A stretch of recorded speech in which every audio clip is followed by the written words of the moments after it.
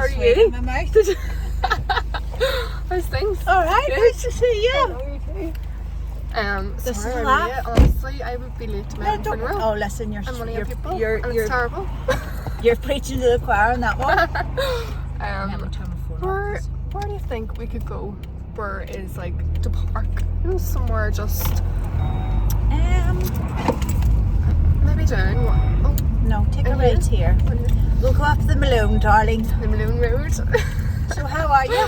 I'm good. I'm good. How are you? Yeah, I'm good. Good. Just a bit mental at the minute. I know. You must Just be flat out. I just change hats every 2 minutes. Yeah, totally. Do you know? Yeah. Because I've just got so much going on at the minute. I know. How do you Which do is it? great. How do you do it? Oh, look, you know, I mean, you just do it. You just do it, don't you? Yeah, you have to. I mean, it's some days you're like, there used to be a meme and it was a guy lying face down on the sofa, like just lying face down, and it's like when you've got 20 million things to do, so you just lie on the sofa instead. Oh flip, what am I doing here? I kind of feel like that some Do days. you? I'm like, so me and Kieran had a day yesterday. We were Happyfesting, and I was like, Oh yes, yeah. there's so much to do. Yeah. The two of us, here's me, oh my god, I feel really overwhelmed. And he's like, I feel really overwhelmed. But then when we broke it down into chunks, and it was like, right, this week we'll get all the speakers confirmed and sorted, and an itinerary done for that. So we've kind of put it into chunks. Right. So we kind of get. Driving here. You're fine.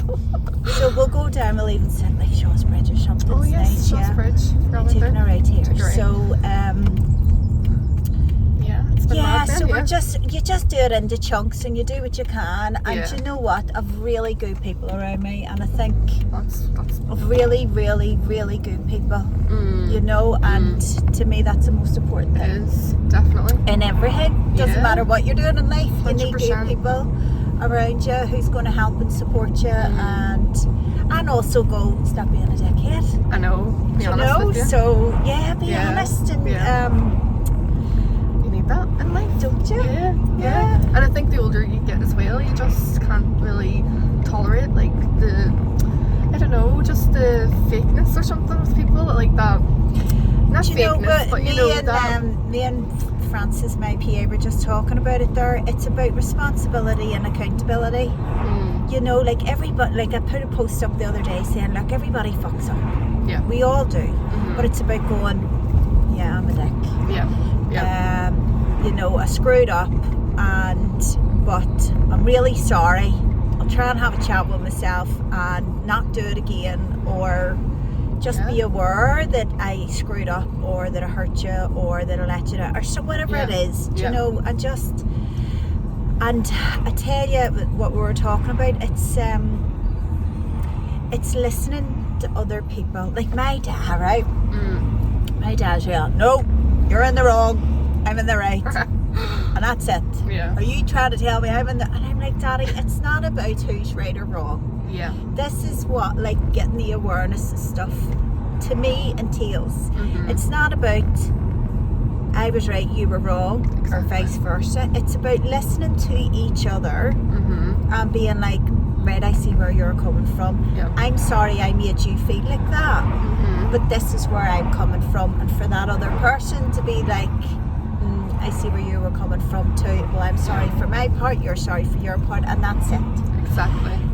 It's this people not taking accountability for themselves or not wanting to hear people out. That is so my biggest people. trigger. Is when I says to Francis, I have never not. If someone says to me, look, can I have a chat with you? I've never said no. Even if they've really pissed me off. You go and you have respect for people. Do you know what I mean? Yeah. I don't know why. It was just because me and Fran were talking about takes that. like a bigger person to do that, because always hear someone out and have respect for them to hear them out. it's so important for your health too, isn't it? Oh my god. Isn't it? Yeah, it's. I think we all. It's just like. It was just something in work. Like this guy was meant to get back to me, never get back to me, and it was like. Now I text him a couple of times, hasn't bothered his arse. And then I put it to him about, oh, you were meant to give me a report on this, or whatever it was. Yeah. And it's this, oh right, I'm like, just drive me insane, you know? I know. But it's just like, look, none of us is perfect. Yes. I think that's the... Yeah.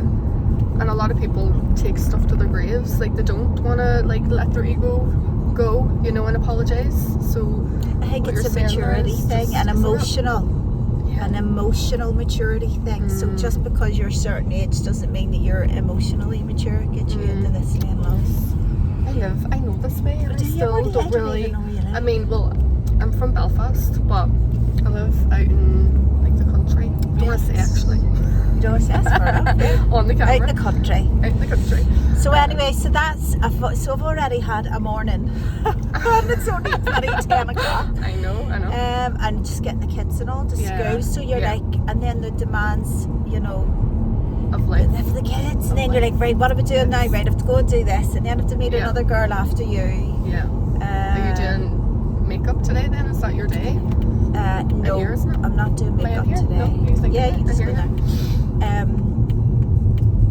That's what I mean. You've got so many hats Yeah. on. It's like, do you forget sometimes, like, what hat to put on? Oh, you've no idea. I'm like, sometimes it's especially like when I'm going into a class, right? Because I do different classes, and I'll have like, I don't know, 15 girls sitting looking at me, and I'm like, what am I doing today? What am I teaching, or what am I talking about, or Yeah. you know, I'm like, and then it's nearly like, hold on, it's nearly like a filing cabinet, Yes. you know. Yeah. Fair play. It's a lot to take But then on. the more you do it, it's like anything, you know. The more, if I was doing a whole lot of new things at the one time, then Yeah. It's you know, I've been different. doing the makeup for so long, I can do Exactly. it without really thinking about it. Yeah. 100%. But yeah, so we're just trying to organise a whole lot. With Happyfest coming up, which is great. Obviously, I'm always busy. Thanks, love. I'm always busy with doing the makeup and life, and trying to keep on top of my own healing journey and personal growth journey, you know, and health. Whether that's physical, mental, emotional, spiritual. Yeah. And that's when I want to ask you, because when I think of Ciara Daly, I just think of makeup. Like, that's what I know you from, obviously, like, just Perception. seeing your stuff. So who is Ciara Daly before the makeup, before motherhood? Like, who were you before all that? Jesus, right? Okay. I know. Do you know, it's, who am I? Before you were given your Before all name, that, before you were yeah. given a mother. Like, who are you? Well, I grew up in West Belfast. So And yeah, I had a good childhood, you know, like wanting to get it. It's so weird because I've done so many of these podcasts and interviews, right? I know. And it was last week I did one with my mate Seamus Fox up in Derry, and he started asking me all about the Troubles, and I was like, right, that's a filing cabinet I haven't opened in years, and it kind of caught me off a hat. But yeah, I grew up, and you know, like Falls Road in the early 90s. So did you go to St. Louise's? Yeah. Me too. Yeah. So, Amazing. but it was, you know, like whenever I talk about growing up during the Troubles, and you know, anybody of my age and older will remember this, it was like talking about bomb damage sales, or talking about, you know, you always knew someone whose dad got shot, or who was, you know, like a couple of my mates' dads were in prison, and there was just army everywhere, and it was just normal.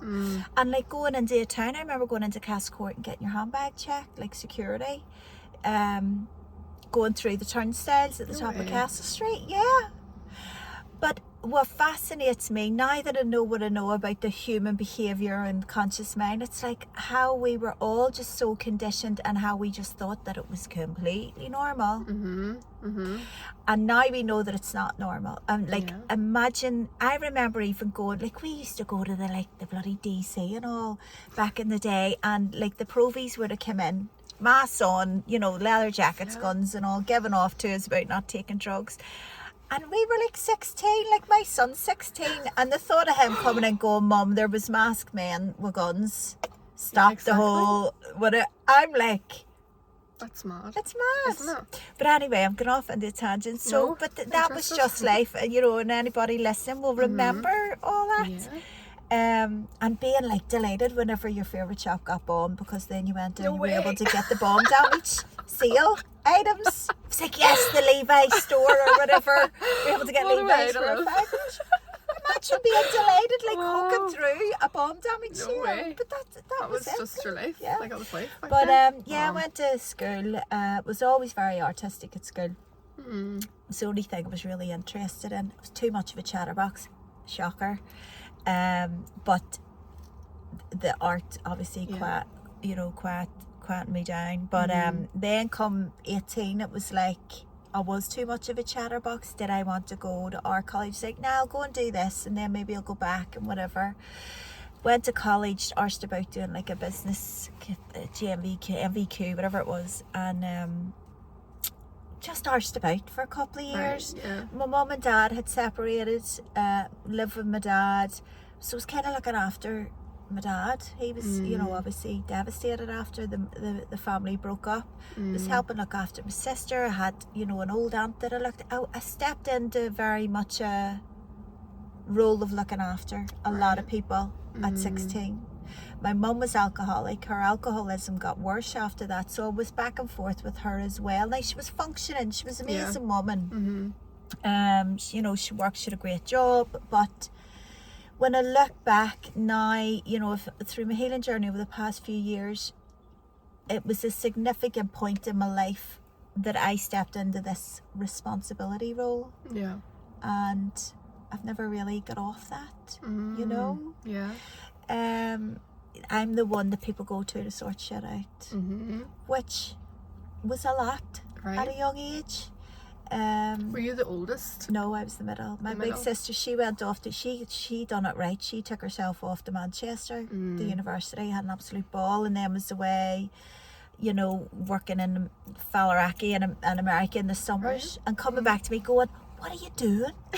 Like, why are you here? Why are you not away off? Yeah. And I remember like feeling like I couldn't. Right. You know? Because of the responsibility. I just had this, I took on this role of feeling responsible for my dad, responsible for this old aunt of mine who was a spinster, had no family, responsible even, well, what if my mum needs me, or my younger sister, like if I go, who's going to take on all them? So it's fun, because like no one told me to. I know. So it's really interesting for me to look back on that and go, I wonder why we're programmed, why we become programmed a certain way that we think that that's our job or our duty or our responsibility. Exactly. So it was really my first plant medicine retreat showed me all that. Right. So I'm really jumping on. Amazing. I know. So yeah, and then I got a job, and then I got another job, and then I got promoted, and got promoted to manager at a very, you know, of a big store, like 21. Again, taking on all the risk. I'll do it. Yes, yeah. Very capable, switched on, able to deal with people. Yeah. And obviously, I just was like, I'll do it. It's fine. I'll do it. Yeah. And do you think that way of you being that kind of person has helped you get the success that you have now, and of like course. the things, you know? Of course. Yeah.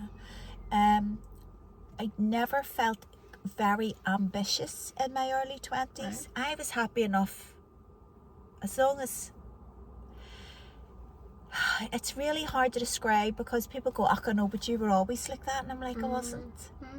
I don't think any of us are always a certain way. Yes, we have personality traits, but I think that life kind of experiences in life kind of shape us in a direction, kind of point us in certain directions to become certain people. I think it's a combination of personality, genetics, and then experience. So nature and nurture in there. But I remember, like in my early 20s, not really being that ambitious, nowhere near what. If you had said to me in my early 20s, you're going to have a really successful makeup business, I wouldn't have believed you. I'd have went, oh, that sounds nice. Yeah, I didn't have that mindset at that time. Right. Interesting. That was one of my questions, actually. You know, did you ever think that it would be as successful as it is No, not at that point. at that point. Not my early 20s, no. Yeah. I was just happy getting paid, going to work, enjoying my life, going out with friends, and then I met my now ex-husband. But just, you get a house, you get a job, you get take all the engaged, things. you get married, you have your kids, and you Yes. live happily ever after. I know. So it was like that whole stigma of you have your ducks in a row. This is how life works, and this is how you'll be happy once you have your ducks in a row. Yeah. So there wasn't this big, I need to be this big successful person at that point. No. That's so interesting. But whenever I watch podcasts and things, a lot of people do say that who are successful. It's almost like it kind of just happens, not evolves. No, something, things happen, like significant events happen that changed in my later. Right. Yeah. Okay. But that's up to that point I was just now there was times that I remember like I worked in a furniture shop. I'll not name any names, it doesn't matter anyway, like, but I worked in a furniture selling sofas and whatever, and really well paid job at the time, especially like over 20 years ago, early 20s. It was easy enough, really good money, and I was good at it because I could talk and I could sell. But I remember just sitting looking out onto the Boucher Road, kind of gives it away, but anyway, and going, I can't talk about sofas anymore. I can't talk about whether you're decorating your house or moving house anymore. Yeah. I'm done. It was the repetition is the thief of enthusiasm, someone said to me. And it just went, I can't do this. There has to be more. Yeah. But I had no idea at that point what the more was. But I remember that. Then I started looking for a new job. I got a job with in the hair and beauty industry. So I got a job with GHD. When they first came out. Really? Yes. So I remember going around hairdressers, and the hairdressers being like, my clients wouldn't pay £90 for a pair of hair straighteners, like a way you could shoo me out the door, and me going no on it at the very start, right? And it was like, no, seriously, they will listen to me. And and so I was with them for a few years, and obviously it went from nothing to one of the biggest companies in the UK at the time. So that was amazing to watch how to grow a brand from the roots up. Right. So that Are they in Northern Ireland, like a brand here? They're not. Yeah. Well, no, they're based in Leeds at the time. Whenever that was 20 years ago now, but I think they sold it then. I don't know what the crack is with it now. But it was really good for me to understand the importance of a brand and how you build a brand. You know. Yeah. So I got a lot out of that. Yeah. Amazing. And let's talk a wee bit about like motherhood then. So what age were you when you had your first? So then the shit hit the fan. You know, so that was me up until like my mid-20s.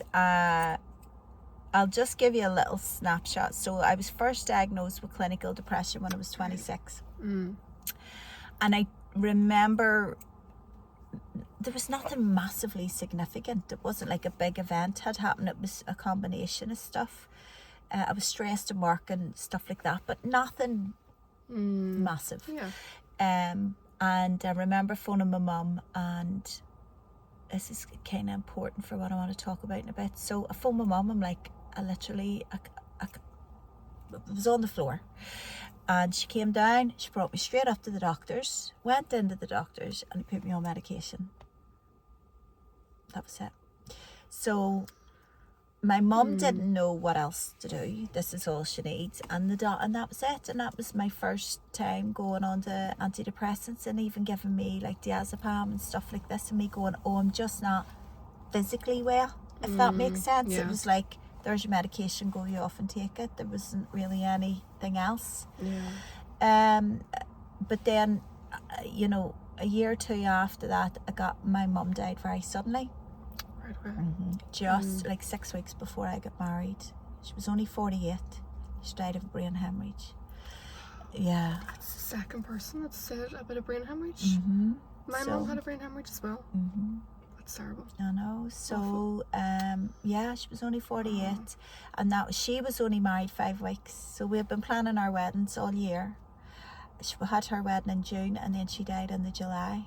Wow. And then I was getting married in September in Cyprus, and everything was booked and paid and done, and it was like, but I was just in a state of shock. But there was like 50 people booked to come, and so the wedding went ahead. But I remember just being in a complete blur. Yeah. Just felt like a blur.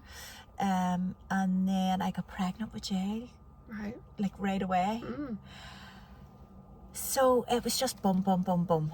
We'd moved house as well in that couple of months. Yeah, it was just literally massive life events in the space of 3 months.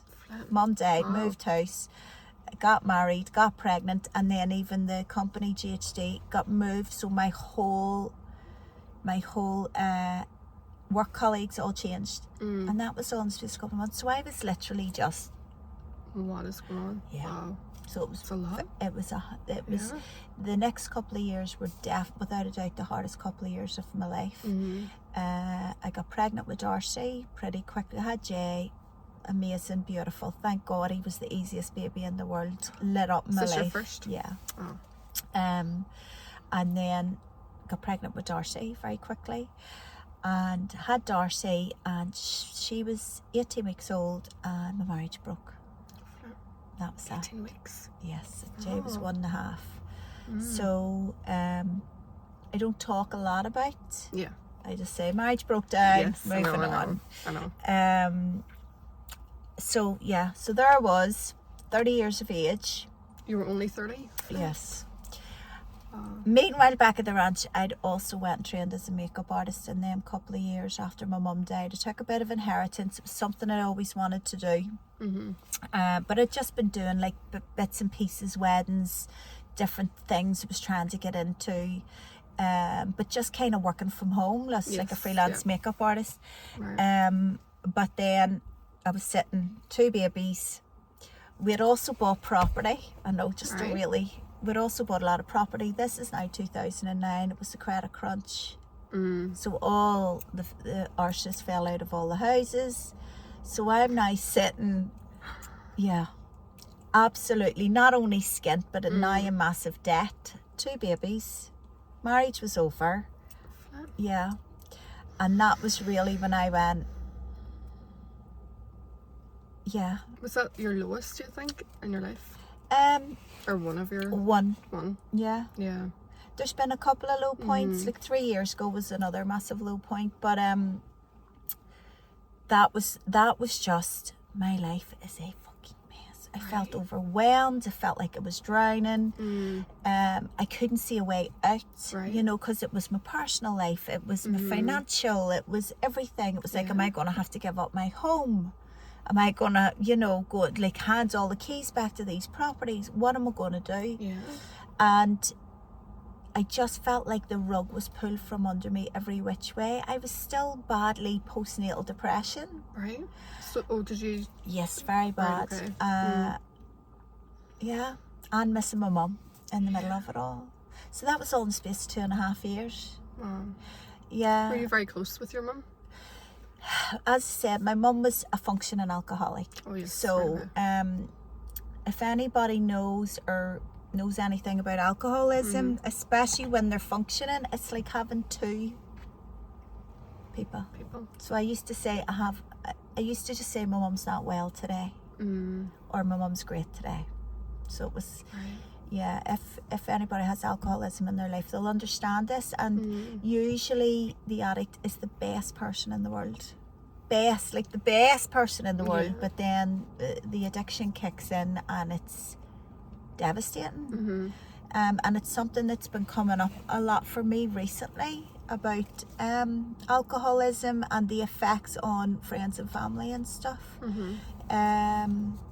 It's something that's been in my life a lot. Right. You've been around it? Yeah. A lot? And I don't think there's enough support. There is Yeah. Al-Anon, which I did go to, but I don't think there's enough support because of how much it affects your mental health. Right. Being a friend or a family member of someone who suffers from alcoholism, it is terrible for the addict. Terrible. Yes. Yeah. But it is, I mean, I can't compare, but it is awful Yeah. to be a loved one of someone, friends and family of, whether it's alcoholic or drug addiction or whatever it is. Yeah. It's brutally hard. Yeah. And I think there should be more talk about that and more support given for that as well. Definitely. Because it is a disease, isn't it? You know, it's... Of course, yeah, but it's also, you could say it's it then becomes a mental disease of the friends and family. Totally. You know, and it's not something I think there's enough support. No. You know, because your mind then goes, because you're trying to work out and you're trying to, and you're sober. You know, and you're like trying to second guess the other person's behavior and hope that they're not going to do this, and it's the constant hopes and disappointments and hope and disappointment that affects your mental health so much. So it's like you're walking on eggshells. You Can't- don't know. oh, Jesus, Super it's- vigilant. You know. Yeah, and then your anxiety's through the roof. And you're like, well, maybe, and it's the okay, they're getting clean or they're getting sober, right, happy days, and then the disappointment again. That affects your mental health so much. And then even after my mum died, I felt so responsible, and because I had this hat that I had to be responsible for, that I went, maybe if I had helped her more, get off the drink, then maybe this wouldn't have happened, and maybe she wouldn't have took the brain hemorrhage. All this. I know, you torture yourself, don't you? So anyway, so that was then, and I had to I stayed with my dad for a few months because kids were both under 2. I needed a bit of support, just emotionally, physically, even with the kids. Hardcore. And I just had to make a decision. It was just sink or swim time. And it was like I had to dig really, really deep and be like, right, I need to make a life for myself here. I had 2 kids and I need to provide a certain life for them. And that was really when I just threw myself into my makeup business. Right. Okay. So hence Ciara Daly Makeup was born. Yeah. Properly. When was that established then? Like what year? July 2009. 2009. Right, okay, because I remember That was actually, like, I was doing makeup and stuff for a few years before, but when I started doing the makeup courses, it was July the 18th, 2009. It's funny because I was actually at the roundabout at Shaw's Bridge, and I remember this. It's so funny. I remember seeing your car with Ciara Daly Makeup on it. I think it was like a wee small car, but it had your name on it. It must have been you in the car. It was like a Jeep, yeah. Yes, and I remember thinking to myself, because not many people were doing that, and I thought, that's very creative, you know, like, it's amazing that I remember that. Yeah, a lot of people say to me about the car. Yeah, a lot of people say, oh, I remember you driving about now. And do you know what was funny? Some people thought I had a fleet. All these girls in these cars. And I'll give you a laugh, I got an email once and it was like, hello Ciara, I'm just letting you know that one of your girls was on the motorway and she nearly cut me off and she was driving on. And she just wasn't paying attention to what she was doing, and I replied back, I was like, right, I'll find out who was on the motorway on Saturday night. You say, I'll find out and see what girl was there, and I'll have a word with him. Thanks for letting. It was fucking me. Whoever it is out there, it was me. It was you. Yeah, it was only one car. People were like, I see your fleet of cars everywhere. I'm like, yeah. Fleet of cars. The makeup artist taking over Northern Ireland. No, it's just me. It was just me nearly flipping, took you off the motorway. Sorry about that. But yeah, it was funny. So amazing. yeah. So that was really, I just started doing the courses then. And what I found, even in them days, Sarah, very early on, I realised that it wasn't just about teaching. And I always say girls, because obviously majority is girls. Of course there's been guys over the years as well, but I just say girls for talk's sake. What I very quickly realised within the first couple of courses was these girls were not just coming to learn how to do a smoky eye. Right. Right? Like, these girls were coming because lots of different reasons. You know, say there were like a couple of girls shared with me, you know, their mums had died and they wanted to go after their dream, or they just had a miscarriage, or their marriage had just broke up, or they're absolutely miserable in work. Right? And they're like, so they were all coming with a hope, you know? And it was like, so then I went, God, my job isn't just to teach these girls about makeup. My job is to teach them a wee bit of self-belief, give them a wee bit of hope, and show them and tell them how not only do you do makeup really well, but how you become successful in it. So that was what, like, in the place that I trained here, I don't even think they're going anymore, there was no talk about how you build your business.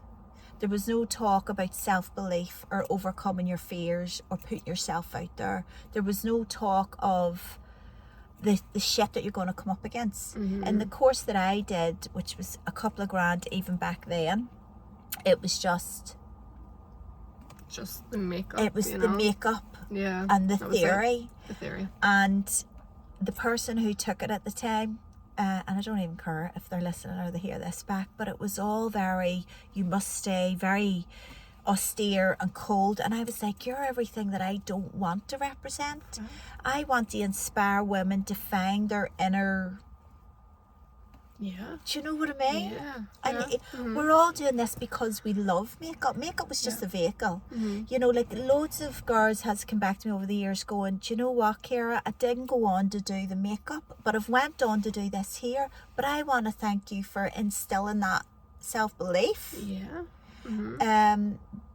I got so much out of your course, not only just to, you know, of course there's been loads of makeup artists went on to become very successful, had their own schools, their own studios, everything else, their own brand of products, which is incredible. To even go, I was even just a wee tiny part of that, is amazing.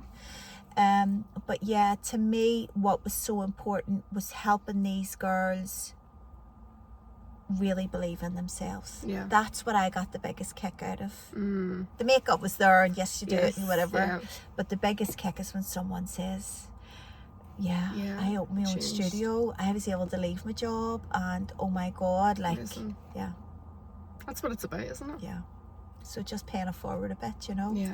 And in that time, it was like I was always massively in, and I think it was because of the depression in my 20s. I put a post up the other day saying we will only change or look to change when we're really uncomfortable. When we're in pain, do we go, like Mel Robbins put up a thing, we'll only change when we're really sick of our own shit. So if you're not happy and you're in pain, and I mean emotional pain, then you'll be like, then you have to be like, right, there must be another way here. What am I missing? So this has always been my thirst for the past 20 years, going, well, somebody somewhere must know something that I'm just don't know yet, I'm not aware of yet. So if something, I'm like, I just trying to figure it out, because humans are pretty predictable once you kind of work out their personality traits or their attachment style or their Enneagram number, or there's all these different personality tests, or like Lisa talks about your love languages. So once you kind of work out, okay, so this is, so we're all, so to me it was always about, well, working out who am I or what am I and how can I change that if I'm uncomfortable. So, and I find there's a certain amount of people that do get to that point, like where they're at rock bottom, and then they change their life. But then there's because a lot they're of people, in pain. They're in pain. So that's what makes you move your ass. But then I see a lot of people, and this is like, you know, like family, being at rock bottom, and they're stuck, and they're not, because they don't know how to move. And you're trying don't to help. Know they have a choice. So then they become a victim instead of an author of their life. That's interesting, actually. And this is why it's so important for the likes of these podcasts, for the likes of you, for the likes of me. This is why I'm so open to talk about my struggles, because yeah, that old saying, but things, you know, there's sayings and for a reason. It's like, if you can help one person, you know, like when you asked me to do this the other week, I'm like, yeah, of course I'll come and have a chat. But you're like, I'm like, of course. I know. It's so funny. Because it's like, I'll ask her, and because I know how busy she is, but if she says, yeah, amazing, because, you know, just knowing your story and seeing bits of your story, I was like, that is so powerful. But the other thing is too, it's like, you have to, like, people had to help me when I was starting off doing stuff. You know what I mean? Yeah. And and it's like, so then, and you'll find most busy, successful people, they will help. Right. If you ask. Right. Okay. You know, because we had to ask all the way up. Right. And if we can, we will. Yes. Do you know what I mean? Yeah. And the worst thing you can get is a no. Yeah. But people don't have the nerve to ask. Yeah. You know? That's it. Yeah. So it's a good lesson for you. Yes, it Keep is. asking. Definitely. I know. But what else was I waffling? But yeah, so people who don't change, they just, I always just say, just consider maybe you're just not aware of something. You know, I talk about all these different things, and some people are like, Jesus, you know, shut the fuck up, I never asked you, Ciara. And I'm like, please just open your mind and consider that maybe, just maybe, there's something you haven't figured out. Yeah. Or there's another way of doing something, or that there was a program put into there years ago. I talk about programs all the time. Yeah. Because we all just run off programs. Maybe there was a program put in that it's in your subconscious mind, you're not even aware of it, that you can change. And the more of this work I do, and the deeper that I go with it, you're like, and you constantly then have to bring it back to yourself and go, all right, I go again. Yeah. So the self-awareness thing is never ending. You know? Yeah. And it's, you know, I've just had such a massive thirst for it the past 20 years. So I thank my depression, or my bad mental health, or my anxiety, or the trauma that I've went through. I thank that, because without pain there isn't the growth. You know? And so, yeah, pain's there for a reason. I say this is my mantra all the time. Pain is there for a reason. Sit with it, listen to what it's trying to tell you, and then how do you learn from it, grow from it, change from it. Definitely. It's there to tell you something. Yeah. So were you on medication then for your well, obviously, for a long time? Yes, obviously not during my pregnancies, but maybe a year, so on and off for 16 years. Right. Okay. Because I was going to ask, you know, where did this passion for, you know, going down this wellness holistic route come about, you know, because you're doing Happyfest, and honestly I think it's amazing what you and Kieran are doing, because it's just so needed here. I keep saying that, like we're so, like, there's just so much mental health issues, so much suicide, and they're just throwing these drugs at people, not going to the root cause, and I think that's where it all stems from, isn't it? Like the root, and that's what you are doing. Yeah. And that's what. So that's what really got you there? So, again, all through my 30s, building a business, looking after kids.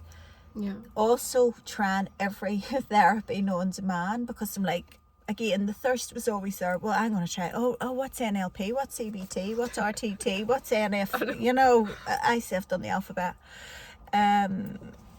Doing like even the mindset, like, you know, the Bob Proctor, the thinking and the results, doing all that, going, wow, you know, this eureka moments of, right, that's why I'm like that, that's how you do that, that's how, constantly reading books, listening to books, constantly working. And then 3 years ago, a good friend of mine took his own life. He was well-known radio presenter here, Stephen Clemens. Then it was lockdown. At that point, I was on the highest antidepressant you could get. I was told I had a hormonal imbalance, a condition called PMDD. Put me on HRT. I was taking diazepam, my anxiety was through the roof, giving me beta blockers, and then I was taking 2 or 3 migraines a month, which were lasting at least 2 days. So I was on really strong migraine medication. And I say to people, I was literally rattling. I remember the actual physical feeling of anxiety, and I just felt so unwell to the point where I just didn't want to be here anymore. I was literally like, I cannot continue living my life like this.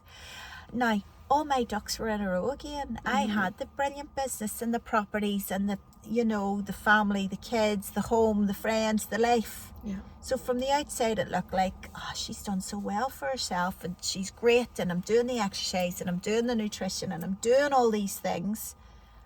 But I remember going, I can't live like this. I felt so unwell in myself. Anxiety, riddled with anxiety, so bad. So I remember going, right, I need to physically do everything and anything I can to work this out, because I'm obviously just not getting something.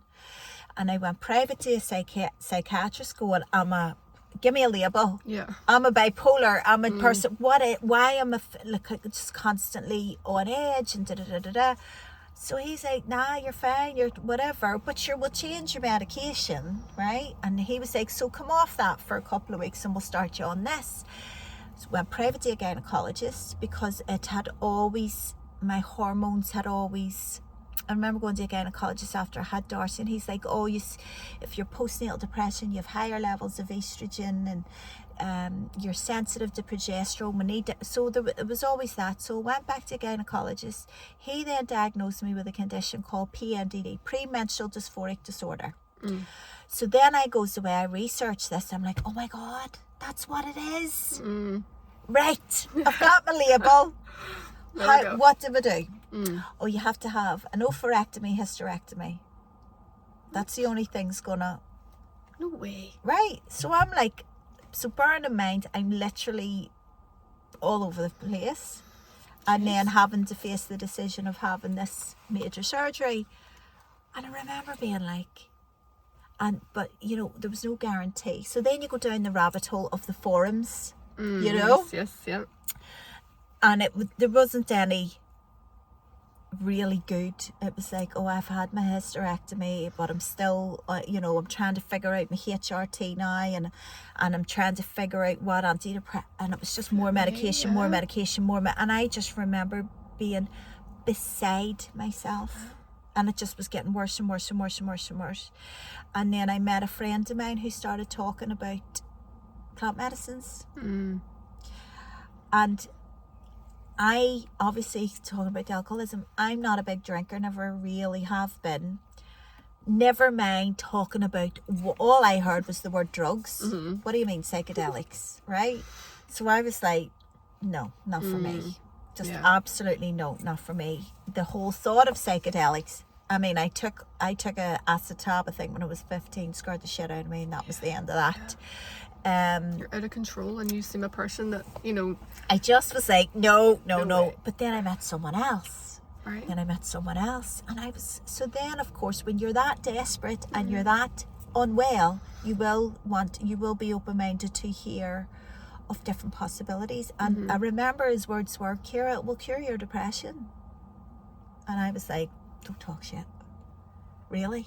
But then, of course, that sparked my interest, so I started to research, as I do, research it till like I'm an expert on it, right? Yes, yeah. And then I met someone else, and then the next thing it was like, oh, there's retreats you can do here, there's ayahuasca retreats you can do here down south.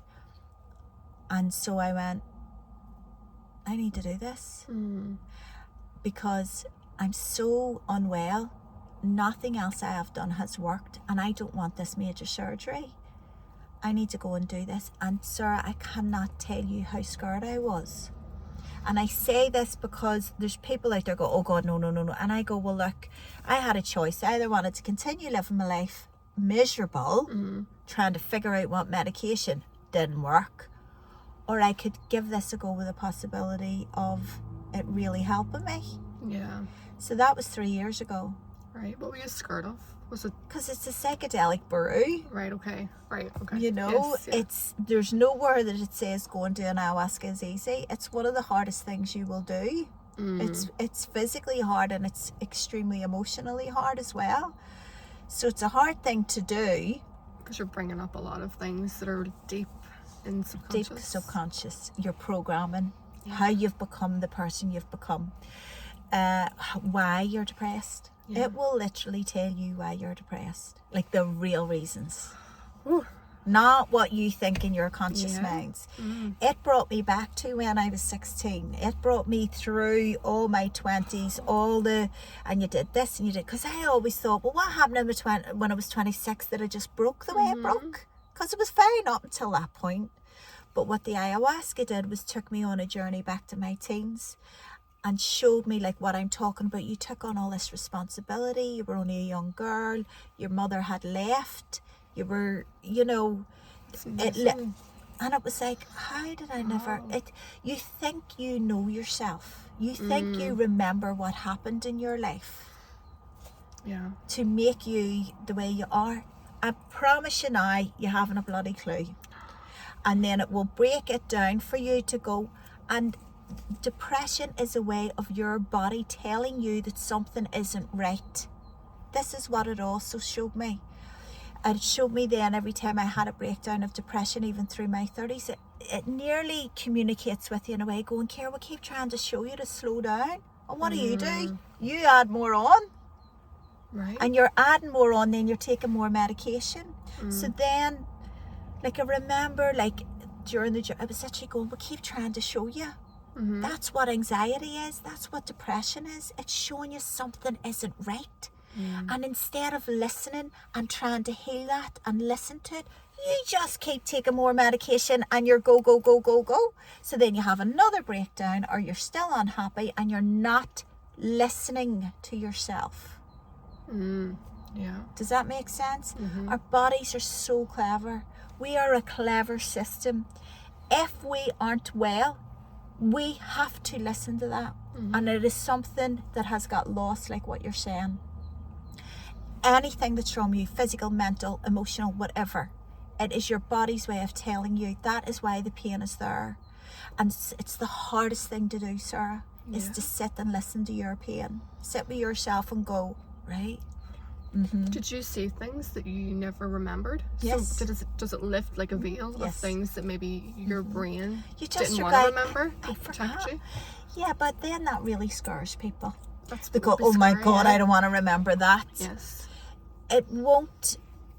Especially people that have been through like sexual abuse as a Yes, child of and course. things, you But know? here's the thing, and this is how I've explained it in other podcasts and stuff. If I said to you, and this happens every day, listen, we've just found a cancerous tumour in you and we're going to have to remove it, and you didn't even know it was there, would you want to remove it? Or do you want to just live your life pretending like it's not there? What would you say? Remove it. Yeah. And it's painful to go through the surgery of removing it, but it's in there and it's making you sick. You just weren't aware that it was in there until that point. Does that make sense? So talking about shit that's happening, I don't want to remember that.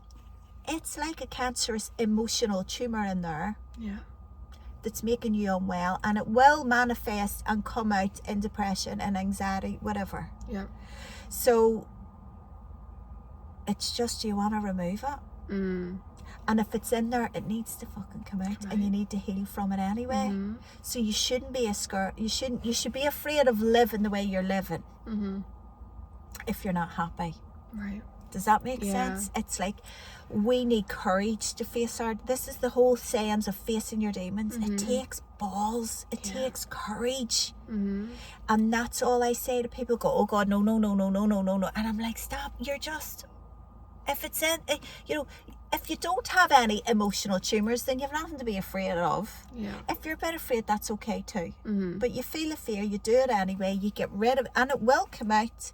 Yeah. And I can genuinely say, sir, that the coming months after that retreat have been the happiest, healthiest I have been my entire adult life. And I say this often. I haven't been on any medication in 3 years. Now, I've been on a few retreats and I do plant medicines every now and again when I feel the need. People go, well, why do you need to do them again? I'm like, because there might be another wee emotional tumour in there. Or you might put on a bit more emotional weight that you need to remove. Right. And life continues and you go back into but your perspective and your healing that you've done. Like, I've never heard anybody doing, like, in this plant medicine journey, regret doing it. Okay. You know? Yeah. Because the breath work as well is very powerful. I done that with Carrie, and I didn't really know what I was going into, isn't she? I love her. I love her. I talk about her all the time. Yeah. But what she done in that session, honestly, I can only describe it as like an exorcism, because my whole body started shaking. I was screaming, crying. I felt like something was like coming out of me, and she kept like banging the drum, and it was just getting more intense. Yeah. And afterwards, like you said, my whole life, it was on the flip side though. I think everything started to come out, and then that whole year was just a year of like, oh my god, like, this is hard, because I was facing things. It's hard. Yeah, I remember going into work, and there's a girl, Mags, who I'm actually going to start doing my evenings with her again. She helped me in my healing journey so much. I call her Mags the monk. Yeah. And I was really upset. I'm going, why am I feeling like this? I've done all this work, and why am I? And she just looked at me in the face and she went, Ciara, healing's hard. And I went, oh yeah. You know, and it's such a journey. It's such a journey, and it never ends. No. And the other thing is too, like, you do all this, you're like, right, I figured it out. My life's sorted. Yeah, I'm happy. You know, I'm happy. Yeah, I'm actually, oh my god, I'm actually happy. This is amazing. And then what's funny is you're still going to get shit days. You're still going to be like, I suck at everything that I do, right? And then you're like, but I thought I'd worked it all out. I know. Right? I thought I'd worked it all out, and I've done all this work, and I've done bloody ayahuasca, and I've been to my therapy, you know. Why am I feeling like this? And then you go, oh, why? Because I'm a human. Do you know? So it's not about like, that's you done. You're still a human. You're still going to have feelings and emotions, even if you do this work until I'm sure the bloody Dalai Lama still has his down days. Do you know what I mean?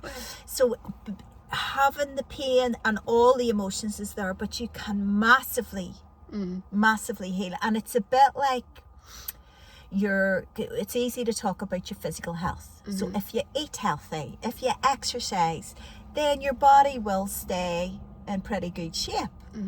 But it's the same with your emotional well-being, or your mental well-being, whatever you want to call it. You gotta stay healthy. It's a you don't go to do an ayahuasca retreat and go to a therapist for 6 weeks, or do one breathwork session and you're done. You have to, it's a maintenance. It's like going to the gym for your body. You gotta maintain it.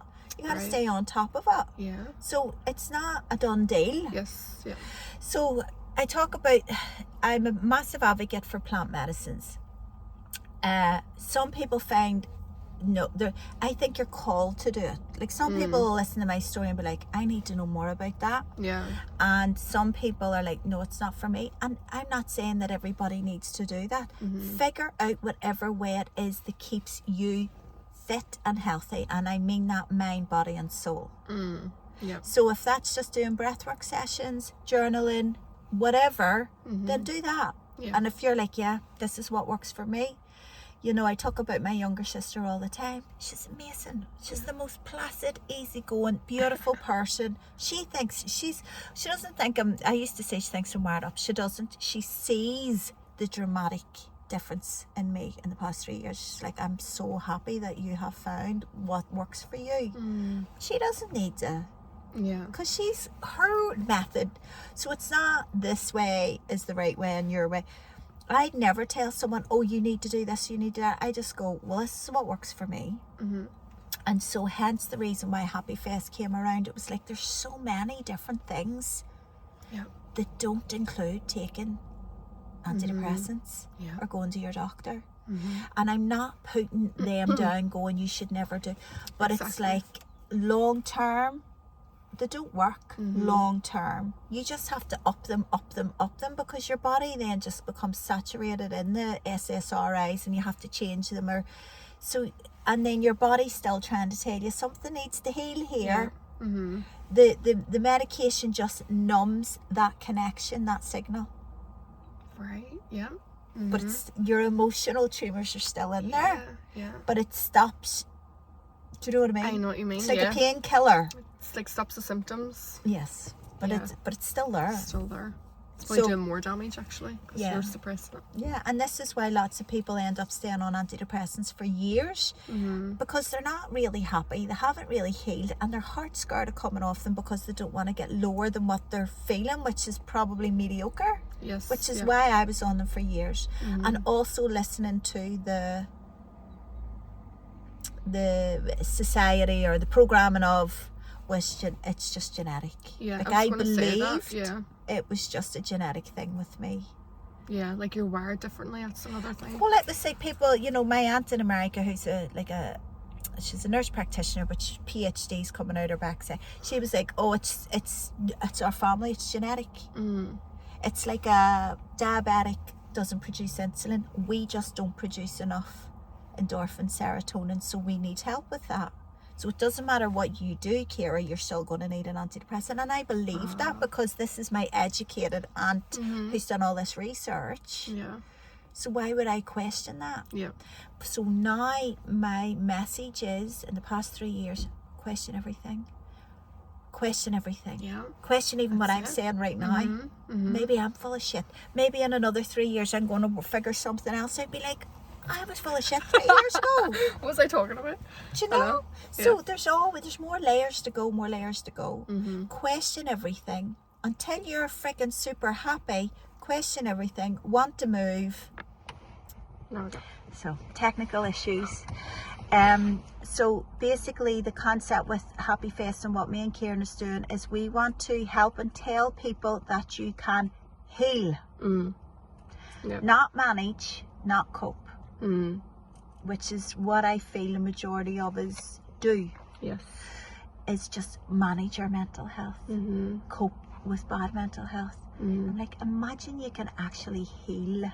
Do you know? Amazing. Yeah. So there's so many different things, as I said, we can do to help us heal.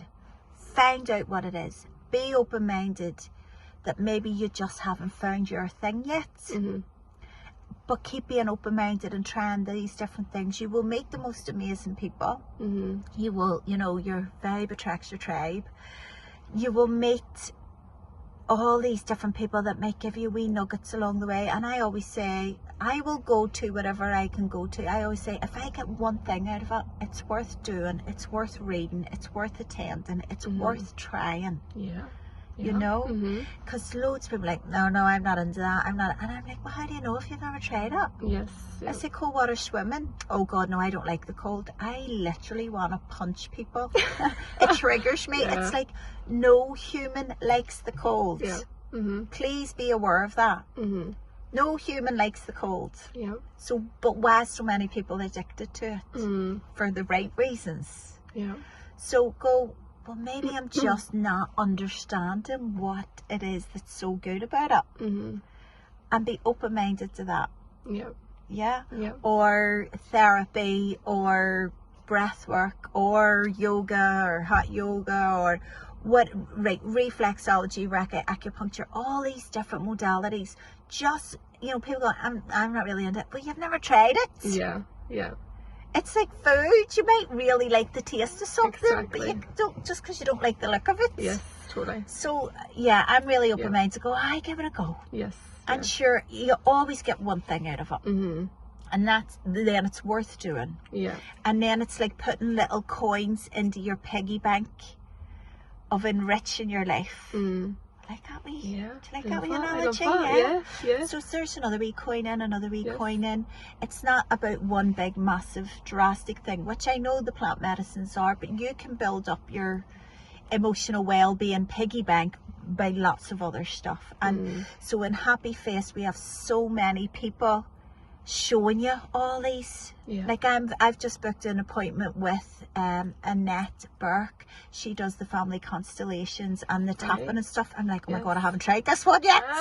Do you know? Yeah. I'm like, right, Annette, I've been talking from last August. I've been talking about going and doing a thing with her, but timing's perfect. Yeah. You know, I've done stuff like past life regression and hypnotherapy and the breath work and everything. Yeah. I'm like, right, what else is there? I know. What And else it's is there to so do? good. That to me, that's living. Yeah, of course. You know, gone are the days where I want to go out and get blocked at the weekend, die for 2 or 3 days, and then work my humdrum.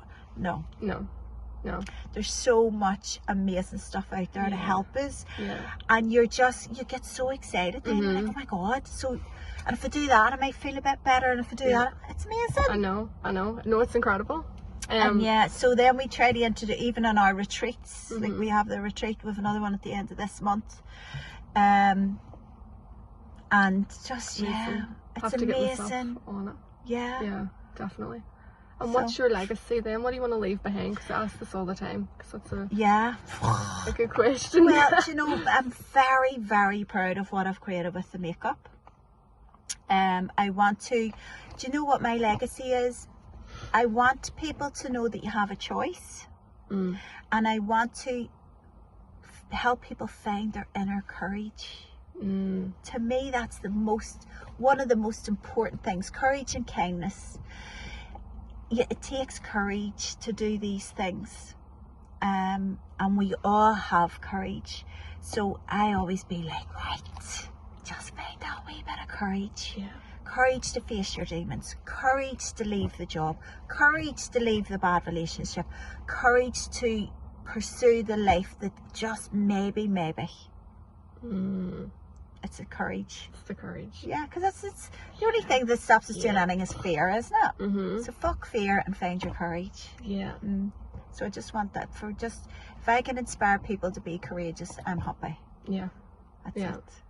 Amazing. Yeah. I love it. Yeah. So thank you so much. Yeah, thanks for having me. I know.